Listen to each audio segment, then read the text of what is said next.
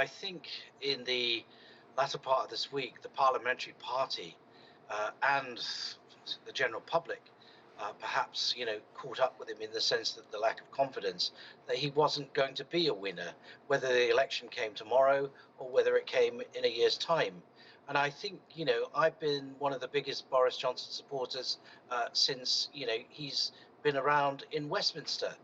But I have got to admit the writing was on the wall on Wednesday evening, and it is regrettable, and the party may rue the day that we've moved on from Boris Johnson, because without doubt he's delivered a lot of good things for the country. But he's not perfect. He's made mistakes, and I think he will admit to that. Well, Wayne probably won't be surprised to hear that I disagree with that. The only thing that I can really say for him, being charitable, is he's done a pretty good job on Ukraine, in the sense that he has helped Zelensky, he has provided military assistance, and he went further and faster than a lot of other European powers. So that is one thing that he did do well. Failed, I'm afraid, on the issue of Ukrainian refugees, certainly in the early parts of the war. But on every other thing that he would want to advertise as his achievements, there's really very little to speak of. The vaccine rollout is the thing that we hear about most of all, but nobody cares about that anymore. Everyone delivered, the vaccine across Europe and North America. There's no, pride in having got there earlier. And, we had the deepest winter lockdown of any country in Europe at the beginning of last year.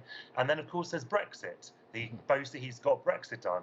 First of all, that isn't even true, because we're still fighting with the EU, and the government is still threatening to rip up the treaty it signed with the EU, inviting a trade war with the EU. But Brexit being done is a disaster for our economy. And I think that in future years, no one is going to thank Boris Johnson for doing that. Now, I would take issue with Jonathan's earlier comments as well, but we are from differing political backgrounds. He underplays the rollout of the vaccine. He underplays the role of Brexit and how the strength of feeling with many still Boris supporting members of the public far and wide across the country. It's not doom and gloom. Look, Boris is not the devil. He's a decent man, but he's made mistakes. He will admit that. I will admit that. Most people do, but nobody's perfect. I'm happy that he sees out his term with dignity. He's the man in charge.